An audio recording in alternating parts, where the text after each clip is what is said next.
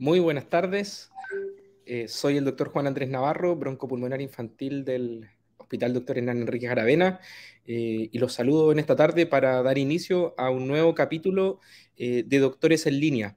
Estamos ya en el cuarto capítulo de la sexta temporada de Doctores en Línea, que es un programa de Ufrovisión, el canal de televisión de la Universidad de la Frontera, que se genera gracias a una alianza estratégica con el Hospital Dr. Hernán Enríquez Aravena y la Facultad de Medicina de la UFRO, con la finalidad de educar a la población en un lenguaje cercano sobre temas de salud pública.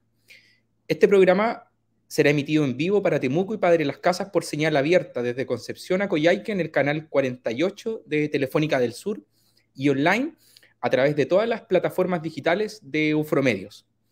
En este capítulo nos acompaña la doctora Daniela García, quien es gastroenteróloga del Hospital Dr. Hernán Enríquez Aravena.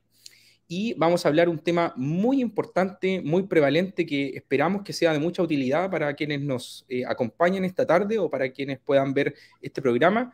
Y vamos a hablar hoy día del tema colon irritable. Así que, doctora García, mucho gusto, la saludamos en esta tarde. Hola Juan Andrés, mucho gusto a lo que se pudieron quedar a escuchar o lo que los van a escuchar más tarde después de recoger las golosinas, ¿no es cierto?, de Halloween. Sí, de todas maneras, hoy día es un día un poco especial, ¿cierto? Previo a un feriado, probablemente niños disfrazados en las calles. Bueno, un tema importante también para el tema, tanto por un lado de lo pediátrico, ¿cierto? Y del consumo de golosinas en los niños, como también quizá por algo de esto que tiene que ver con el colon irritable. Doctora, la voy a invitar a que entremos enseguida en materia. ¿De qué vamos a hablar esta tarde cuando hablamos de colon irritable? ¿O qué es el colon irritable, que ahora yo tengo entendido que se le llama síndrome de intestino irritable? Claro, el síndrome de intestino irritable es una de las patologías del eje intestino-cerebro, ¿ya? Hay una alteración, es una patología que es muy prevalente en nuestra población, una causa frecuente de consulta y que lamentablemente es una enfermedad crónica, pero de un curso bastante benigno, pero que puede tener un alto impacto en la persona que lo vive y en su día a día. Sí, de todas maneras, o sea, usted no hablaba, ¿cierto?, de este eje intestino-cerebro. ¿Cómo se relaciona esto finalmente para llegar a generar esta enfermedad? Claro, yo les explico a mis pacientes que así como nosotros tenemos neuronas en el cerebro, también hay unas neuronas en el intestino. Nuestro intestino también tiene neuronas y esas neuronas tienen una comunicación, digamos, hay una comunicación muy importante entre las neuronas del cerebro y del intestino, y en pacientes que son genéticamente susceptibles y que sobre todo hay varios estudios que han tenido, por ejemplo, niñeces muy difíciles, que han tenido traumas de la primera infancia, como que hay una alteración de esa comunicación, y cuando de adultos sufren ni siquiera de repente tanto estrés, pero no sé, un examen o de repente una discusión o frente a algunos alimentos también se gatillan los síntomas, y lo primero que arroja, digamos, es el tema del dolor y algunos otros síntomas a nivel intestinal. Mm. Doctora, y finalmente, en esto, ¿cómo lo hacen los médicos, en este caso los gastroenterólogos, ¿cierto? Para llegar a este diagnóstico, ¿hay algún examen que haya que hacerse desde el punto de vista clínico, de laboratorio? Claro, esta es una enfermedad que el diagnóstico es clínico, ya no hay un examen así como un estándar de oro como para tomar el examen y decirle al paciente usted tiene colon irritable. Pero sí los criterios clínicos son, digamos, bastante exactos, hay varios estudios respecto a eso, y el síntoma como cardinal es el dolor, ¿ya? Dolor abdominal asociado a cambio del hábito intestinal, ya sea constipación, diarrea, sea, de la frecuencia y de la consistencia de las deposiciones, y que alivie o que aumente con la defecación, y esto tiene que ser por más de 6 meses, por un tiempo establecido, más de 6 meses de inicio de los síntomas, y que el paciente sufra estos síntomas por lo menos las últimas 3 meses, y ahora último se dice sobre las últimas 8 semanas, como el tiempo establecido. O sea, como... O sea, esto no es algo como agudo, no es algo que alguien parte con un dolor y uno diga, tengo colon irritable. No es tan Claro, así, como que tiene que haber harto tiempo para hacer el diagnóstico. claro, por lo menos 6 meses, y habitualmente el paciente cuando se presenta en la consulta habla de años de episodios de dolor, y que es episódico, como como toda patología crónica, no es que esto el paciente lo sufra, hay pacientes que sí, pero la mayoría no, sino que cursa por episodios y asociado a estrés físico, emocional y muchos alimentos que pueden estar gatillados. Es bien interesante porque finalmente en esto, ¿cierto? Como que son múltiples cosas las que interfieren. Por un lado, ¿cierto? La dieta, el tránsito intestinal, los alimentos. Y hay dentro de este tipo, doctora, de colon o de síndrome intestino irritable, ¿cierto? Hay varios tipos. ¿Cómo uno los puede clasificar? O hay solo uno y uno dice colon irritable y es una sola cosa? Porque parecieran ser como varios tipos, ¿no? Exactamente, uno por eso habla del síndrome porque hay distintas intensidades. Hay pacientes que esto es algo leve y que pueden tener una vida absolutamente normal y hay pacientes que se lo pasan yendo a la urgencia con dolor abdominal recurrente y asimismo uno los puede clasificar dependiendo de la consistencia y de la frecuencia de las deposiciones en síndrome intestino irritable, predominio constipación, predominio diarreico. Hay algunos que alternan entre diarrea y constipación y hay uno habla de los mixtos y están los que no son clasificables, digamos, que no cumplen con ninguno de los criterios anteriores.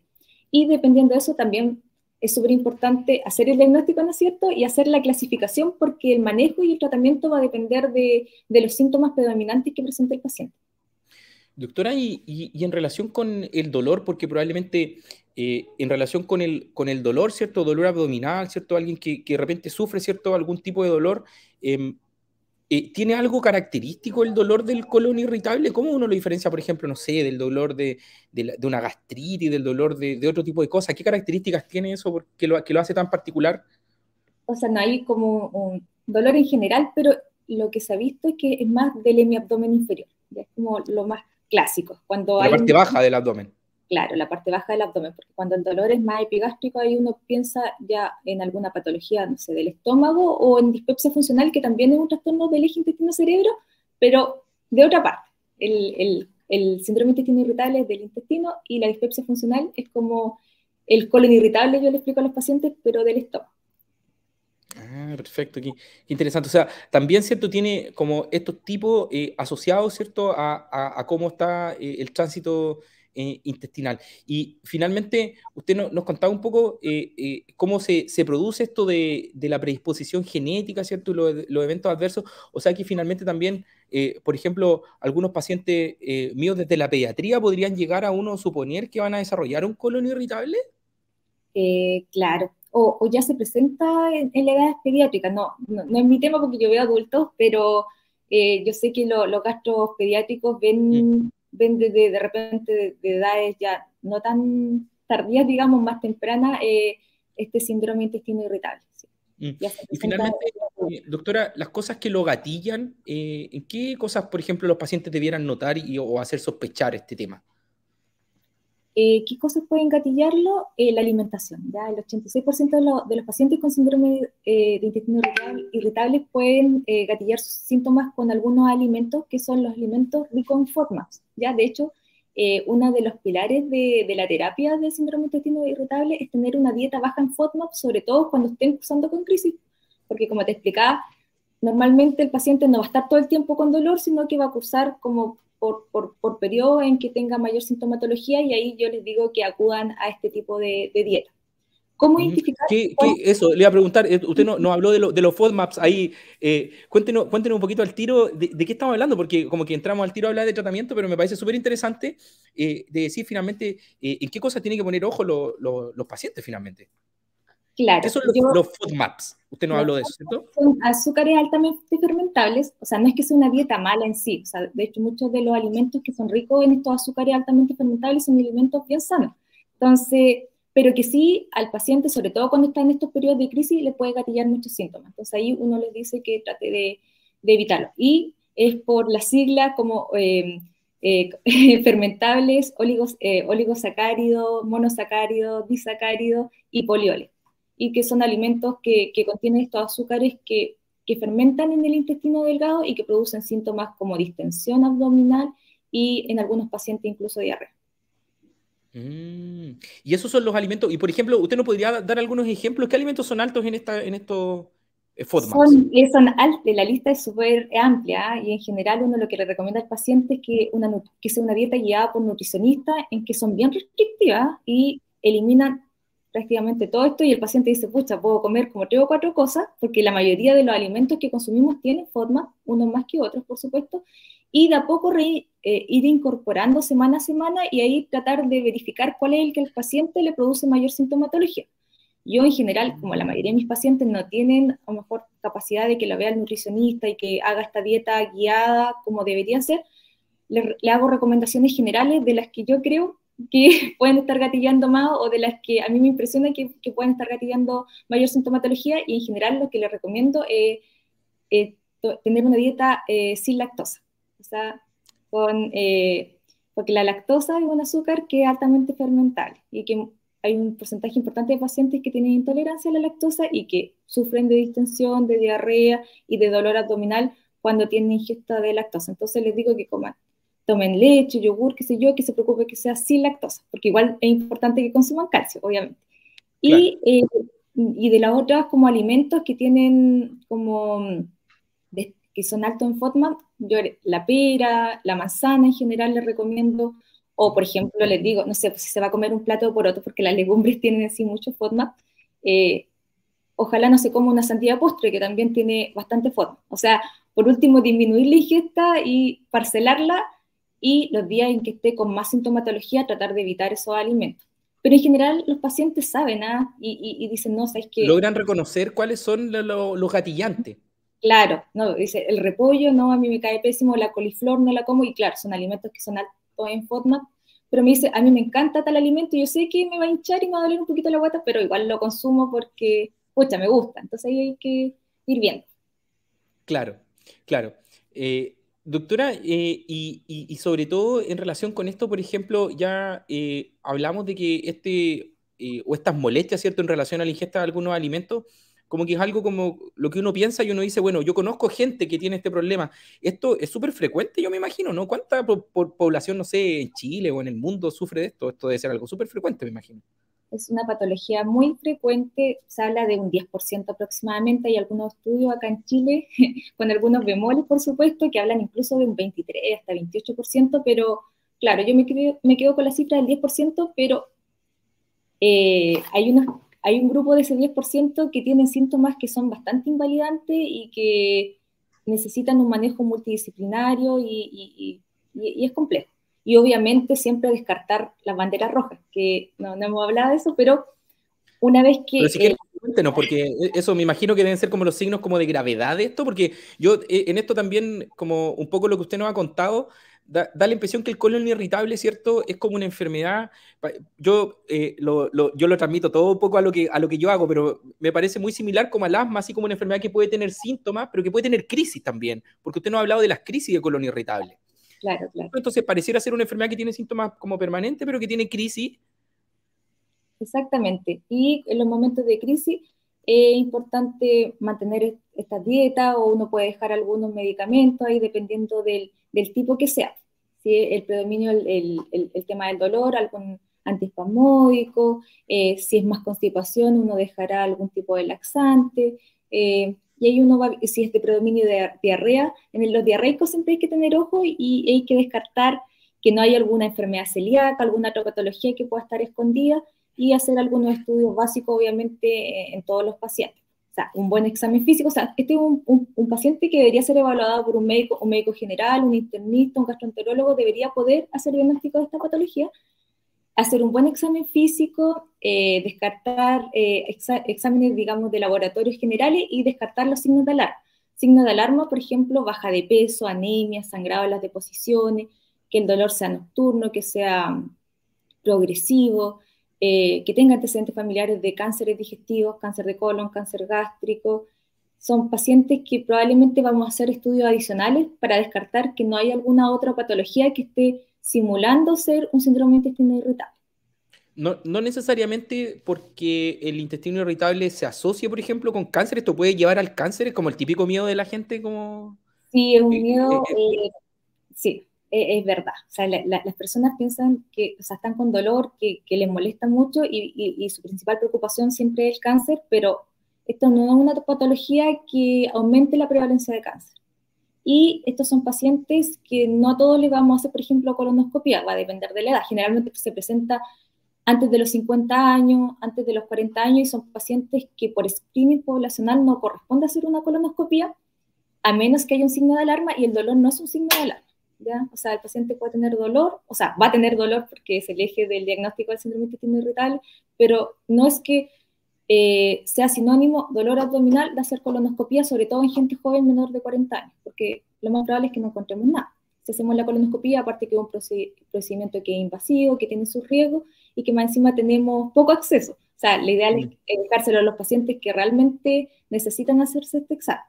Entonces ahí nos ayuda mucho el examen físico, todo dolor abdominal, hay que hacer un tacto rectal, un buen examen abdominal, y si es que aparece anemia, si hay sangrado, si toca una masa, qué sé yo, ahí, o antecedentes familiares de cáncer de colon temprano, que igual es súper raro, ahí iremos a hacer la colonoscopia, pero en general antes de los 45 es muy raro que uno pida una colonoscopia. Doctora, y los tratamientos, por ejemplo, que usted nos hablaba de la dieta, los medicamentos, como que sirven para todo esto, una enfermedad que así como que uno dice, esto tiene tratamiento así para todos por igual? No, no es así. No es fácil el tratamiento. Yo le pido siempre a mis pacientes que tengan paciencia, que uno, como son tantas las aristas que hay que evaluar acá, por una parte el régimen, si el paciente tiene predominio de diarrea, muchas veces está asociado a sobrecrecimiento bacteriano intestinal y ahí los tratamos con antibióticos, muchas veces con probióticos. Si están asociados a constipación, ahí el eje es el tema de la alimentación y usar algún laxante, ojalá un laxante osmótico. Y así, ¿no? Dejarle analgésico. El paciente que no responde a esta primera línea de tratamiento, muchas veces dejamos neuromoduladores. Los neuromoduladores son, por ejemplo, algunos antidepresivos que lo usamos en dosis un poco más bajas de neuromodulación, no de antidepresivos. Entonces, ahí hay que explicarle al paciente que no es porque creamos que tiene depresión o que tiene una patología de la esfera de salud mental que le estamos dejando ese medicamento, sino que para modular el dolor y que no tengan tanta hipersensibilidad a nivel visceral. Doctora, pero usted nos hablaba también de que, por ejemplo, uno de los gatillantes, ¿cierto? Podían ser situaciones de estrés, ¿cierto? Podían ser algunos de estos tipos. ¿Esto es porque también hay alguna relación o alguna asociación, por ejemplo, con algunas patologías, no sé, finalmente el estrés, la depresión, alguno de esos, con una peor evolución de un paciente que tenga el diagnóstico, por ejemplo? Hay mayor comorbilidad de pacientes con fibromialgia o con enfermedades relacionadas con la esfera de salud mental y síndrome de intestino irritable, pero no todos los pacientes, porque hay pacientes, por ejemplo, que hacen síndrome de intestino irritable post-infecciones entéricas, ¿ya? Entonces no es que le podemos echar la culpa siempre al estrés o a las vivencias, digamos, difíciles de la edad temprana, pero hay un porcentaje importante de pacientes que sí, y si sus síntomas de la esfera de salud mental son muy importantes y lo ideal es que sean evaluados por psicólogos, por psiquiatras. La actividad física ayuda mucho, la actividad de meditación también ayuda mucho al manejo de estos síntomas. Sí, doctora, yo creo que hemos como caminado bastante, ¿cierto?, en este camino en colon irritable, pero yo creo que una pregunta que pudiera ser muy útil para la gente que nos está escuchando es que quizás si alguien nos está escuchando y de repente siente que puede tener alguna de estas síntomas que usted está contando, ¿cierto?, del dolor, asociado a la alimentación o a las situaciones de estrés o qué sé yo, en los síntomas que hemos conversado. ¿Cuándo este paciente debiera consultar a un médico? Y finalmente, también, ¿cuándo debiera, en este caso usted, ¿cierto?, que gastroenteróloga, pero también nos decía que estos pacientes pueden ser manejados a veces por un médico internista, por un médico quizá de familia o por un médico general. ¿Cuándo un paciente, por ejemplo, debiera consultar y cuándo debiera llegar, por ejemplo, al gastroenterólogo? Difícil pregunta. Idealmente todos deberían ser evaluados por gastroenterólogos, pero sabemos que no es la realidad y no hay tanto acceso, entonces probablemente los que no responden a terapia, o sea, el diagnóstico debería poder hacerlo un médico general, ¿no es cierto? Porque son diagnósticos que son clínicos y que los conoce, digamos, nuestros doctores que estamos formando conocen los criterios y deberían poder hacer sin problema el diagnóstico. Obviamente, si no responden a la primera línea de terapia, y el paciente tiene un dolor que es muy incapacitante, y aunque piensen que es un síndrome de intestino irritable, pero ya que necesiten neuromodulación, ya debería ser un paciente que debería referirse a gastroenterología. Pero como la prevalencia es tan alta, un 10%, o sea... No, no hay forma de dar abasto, finalmente. Claro, pero los médicos generales, por lo menos los de la UFRO, que nosotros estamos formando, se manejan en este tipo de patología y deberían hacer un buen screening, una buena anamnesis, un buen examen físico, exámenes generales, y descartar que no haya otra patología y derivarnos a los pacientes que vean signos de alarma o que sean refractarios, digamos, a las terapias iniciales que puedan instaurar ellos en sus consultorios. Pero inicialmente está una patología que debería manejar el médico del consultorio. Doctora, y un punto más que me gustaría si usted nos pudiera como profundizar un poco, porque usted nos habló en algún momento de que esta era una patología como de manejo multidisciplinario. Eso es porque también usted nos habló, por ejemplo, de la nutricionista. ¿Cómo funciona ahí el trabajo, por ejemplo, del resto de los profesionales de la salud o de algún otro especialista médico? No sé, ¿qué nos podría contar al respecto? Claro, como tiene muchas aristas este tema y no es fácil, uno tiene que apoyarse en los distintos, y uno no es experto en todo. La parte nutricional, necesitamos las nutricionistas que son formadas y que puedan, digamos, acompañar al paciente a identificar los alimentos, darle la dieta y ver con qué alimento reaparecen los síntomas. Entonces, es súper importante la nutricionista en el manejo del síndrome de intestino irritable, los pacientes que tienen comorbilidades de la esfera de la salud mental, el psiquiatra. O sea, yo creo que hay una tierra que uno no puede ahondar. O sea, yo creo que el tema de la salud mental es una caja Pandora en el sentido de que uno, por muy buenas intenciones que tiene, no le puede decir al paciente, hoy empieza a contarme los traumas que tuvo en la niñez. No, yo creo que no es tan así, porque el paciente puede ser que ni siquiera se haya dado cuenta que tenía un trauma, y uno abre una caja de Pandora y puede llevar al paciente a un estado en que no está bien. Y ahí para eso están los especialistas, los psicólogos, los psiquiatras, que pueden, digamos, contener al paciente y abordarlo de mejor manera y ayudarlo. De todas maneras, de todas maneras. Doctora, en relación, usted nos habló antes, por ejemplo, de que igual habían algunos exámenes que se podían solicitar. Estamos hablando de exámenes de sangre. ¿Hay alguna cosa más específica o hay algo que uno pueda tomar? Incluso, no sé, uno piensa, por ejemplo, esto está en el intestino, ¿cierto? Ya sea, usted nos habló un poco de la colonoscopía en algunos pacientes, o exámenes en deposiciones, por ejemplo. ¿Hay algo de esto que uno pueda realizar para los pacientes? Claro, exámenes generales, un hemograma, un perfil bioquímico. Entonces ahí uno rápidamente se puede dar cuenta si hay anemia, si hay algunos exámenes que hablan de inflamación, que pueden estar elevados y que ya nos van a dar una luz de alarma, o si el paciente se presenta con diarrea y sangrado en las deposiciones, con mayor razón ahí uno tiene que pensar enseguida en una colonoscopia, ¿ya? O sea, como diarrea y Ya. sangrado, ahí es como una señal como ya de más alarma. Y es el estudio de enfermedad celíaca, sobre todo los pacientes que tienen diarrea. Eso como estudio como más generales, parásitos, ahí dependiendo del paciente, pero un examen que igual se cuenta en los consultorios, un parasitológico sería de deposición, igual es un buen examen. Y eso, pero en general, como te decía yo, no hay que hacer un exceso de examen, ¿ya? Porque uno Claro, porque el rápidamente, diagnóstico es clínico finalmente. como clínico, viendo un paciente, si está con un peso saludable, no ha tenido una baja de peso considerable, está bien nutrido, tiene un examen físico normal, tiene exámenes generales, no sé, un perfil bioquímico, un hemograma normal, o sea, es muy poco probable que ese paciente tenga algo grave y tengamos que hacer, no sé, escáner. Eso no se justifica, endoscopía, colonoscopía no se justifica, a menos que tenga antecedentes familiares y la edad para Claro, realizar. ni siquiera con el tiempo, o sea, ni siquiera con que uno diga, es que sabe que yo tengo hace 10 años colon irritable, por ejemplo. Tampoco. No es que no aumenta el riesgo de cáncer tener colon. Sí, por ejemplo, si un paciente tiene colon irritable hace 10 años y tenía predominio, por ejemplo, de diarrea y tuvo un cambio del hábito intestinal. Eso es un signo de alarma, el cambio del hábito intestinal. Ah, Ahora perfecto. está constipado.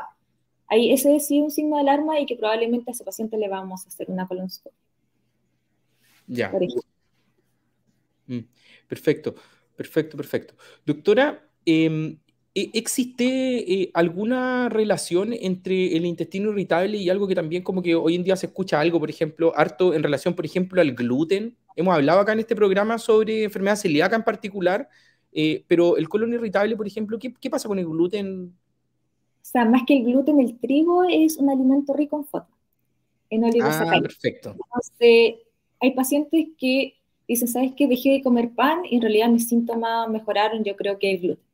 Pero tener una dieta baja en gluten es una dieta que es muy restrictiva, es muy cara, es poco saludable, digo yo, para el paciente que no es celíaco. Para el paciente que es celíaco, una dieta baja en, o sea, libre de gluten y restrictiva es lo más saludable, pero para un paciente que no es celíaco no es saludable porque en general los alimentos que son libres de gluten son más ricos en grasa, ¿ya? Porque el gluten es el que aglutina los alimentos, entonces en general la galletita, el pan que es libre de gluten es un pan que es más calórico y más rico en ¿cómo se llama?, en grasa, ¿ya?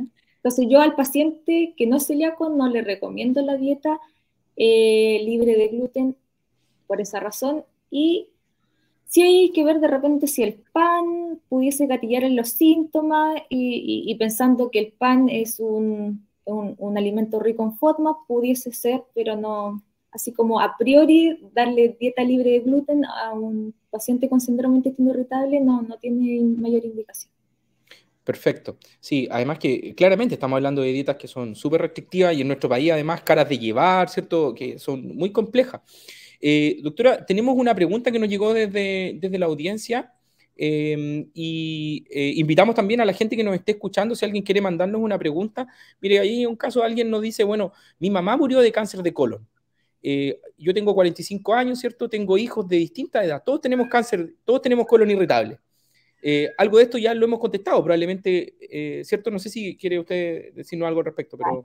Ella tiene 45 años, yo le recomendaría que se hicieran ya un screening, no sé a qué edad falleció la madre de cáncer, no coloca ahí, pero ya con 45 años yo le recomendaría hacerse una colonoscopia como screening, y si esa colonoscopia está normal, probablemente, y bien preparada, probablemente se puede hacer en 10 años más la siguiente colonoscopia, siempre que no encuentren pólipo, eh, y obviamente un test de sangre ocultan deposiciones todos los años.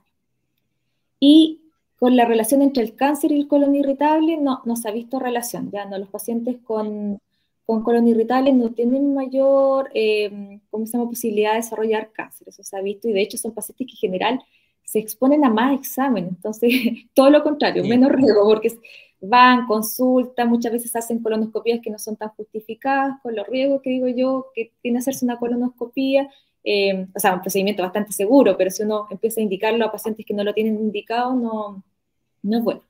Y lo otro es que igual es un examen que es costoso y que el acceso no es tan, incluso en la parte privada, el acceso, o sea, uno pide una colonoscopia, probablemente el paciente encuentre en 3, 4 meses más, si es que una hora para hacerse una colonoscopia, o sea, no es fácil. Entonces hay que seleccionar bien a los pacientes que se lo vamos a realizar.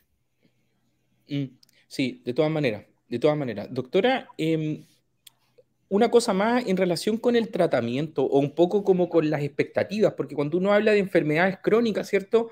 De repente chocamos un poco las expectativas que tenemos nosotros como médicos, ¿cierto? Con las expectativas que a veces tiene el paciente, que a veces el paciente quizá quiere tener como cero dolor. ¿Qué le podría decir uno un poco a los pacientes que tienen el diagnóstico, ¿cierto? Que uno ya les planteó algún tratamiento, ¿cierto? Con dieta, con los medicamentos de los que usted nos ha hablado, o estos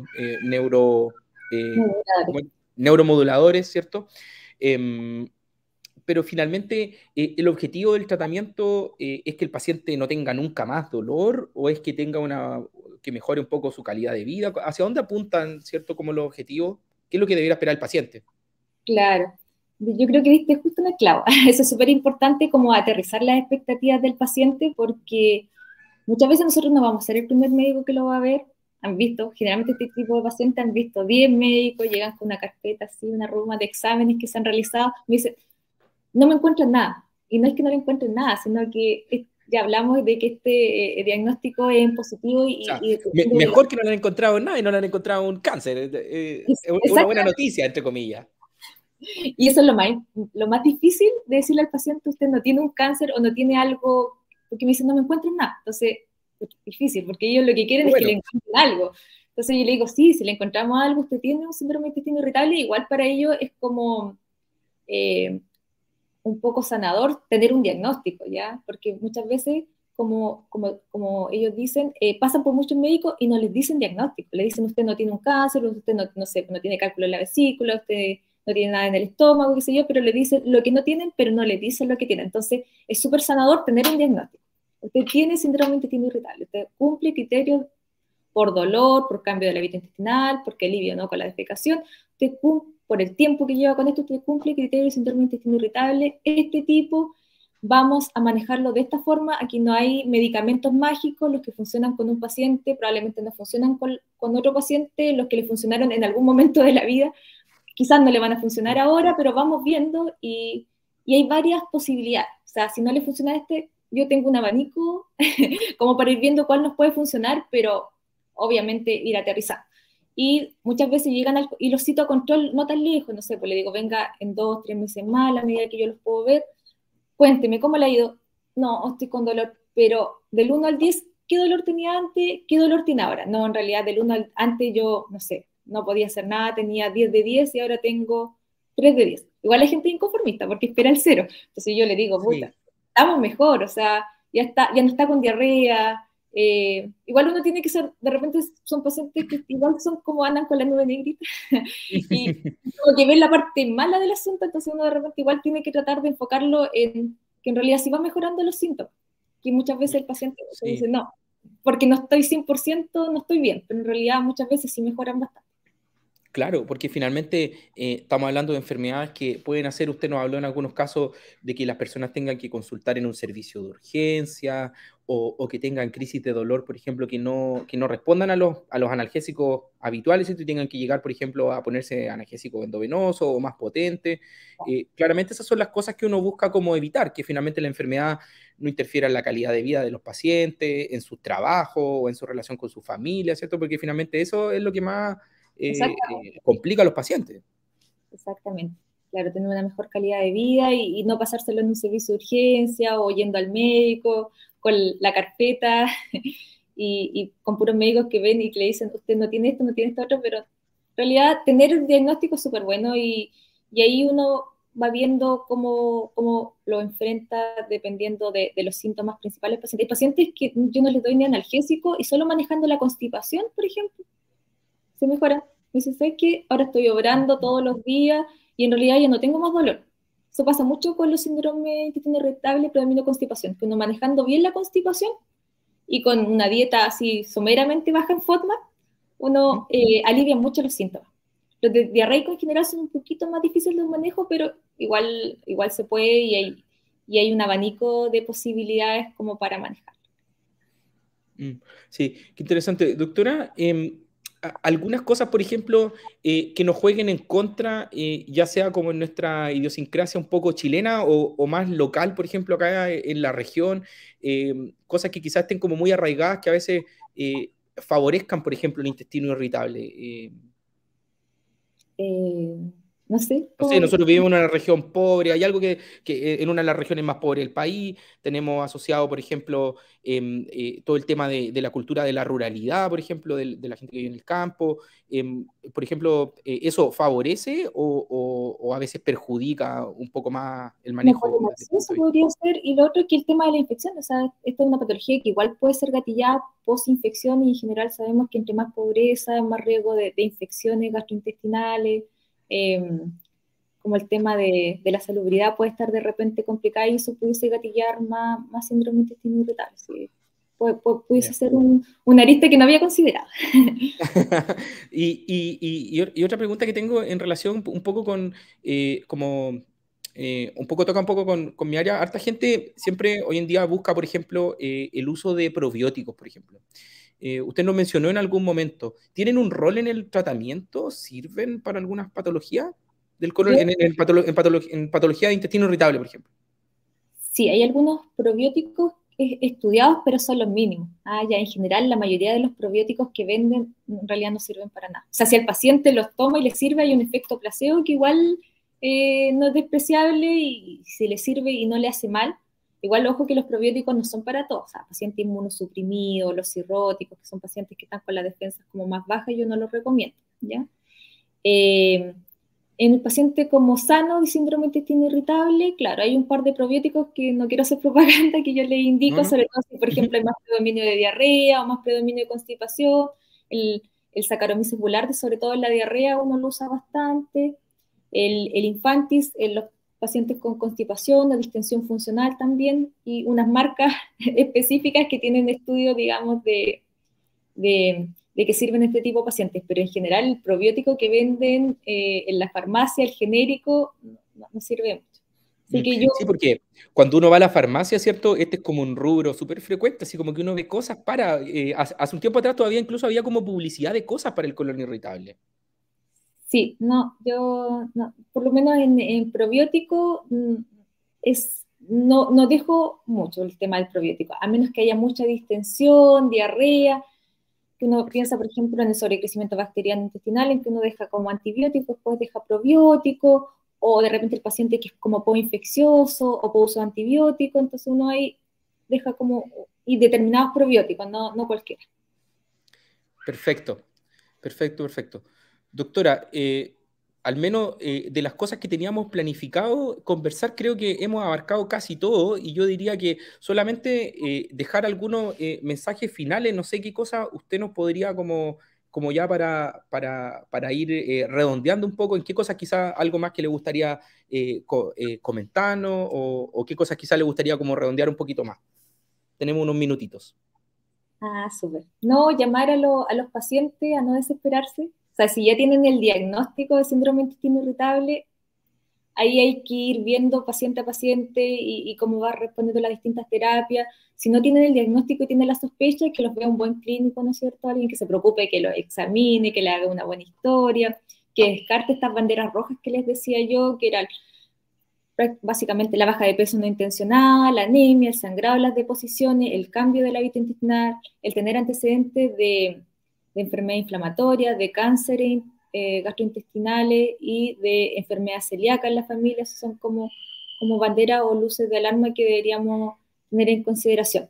El dolor nocturno que lo despierta en la noche, ahí uno no tiene que pensar en colon irritable, ni y ese tipo de cosas, pero un buen clínico, un buen médico preocupado de los pacientes debería poder hacer el diagnóstico y pedirle algunos exámenes básicos y hacer actividad física. La actividad física, la meditación sirve mucho para todo este tipo de patologías.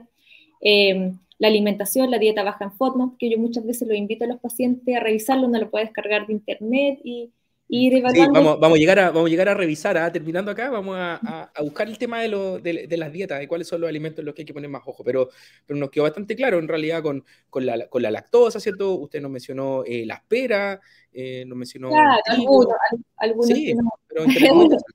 Pero son varios los alimentos que tienen, que son ricos en FODMAP y ahí, y lo otro es que tampoco son alimentos muchas veces que son saludables, entonces tampoco es como decirle no, la cruz, y hay que ir viendo, paciente a paciente y momento a momento, porque de repente estos son pacientes que están mucho tiempo sin síntomas, súper bien, entonces hay que ir evaluando.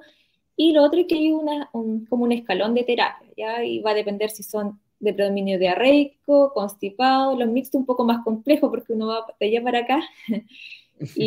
Y si no responden a lo inicial, ahí está el tema de los neuromoduladores y de las terapias de meditación, que son súper importantes, junto con la actividad física, yo creo que son pilares fundamentales. Y si el paciente tiene mucha patología de la esfera de la salud mental, la consulta con el psicólogo, con el psiquiatra, el psiquiatra es súper importante.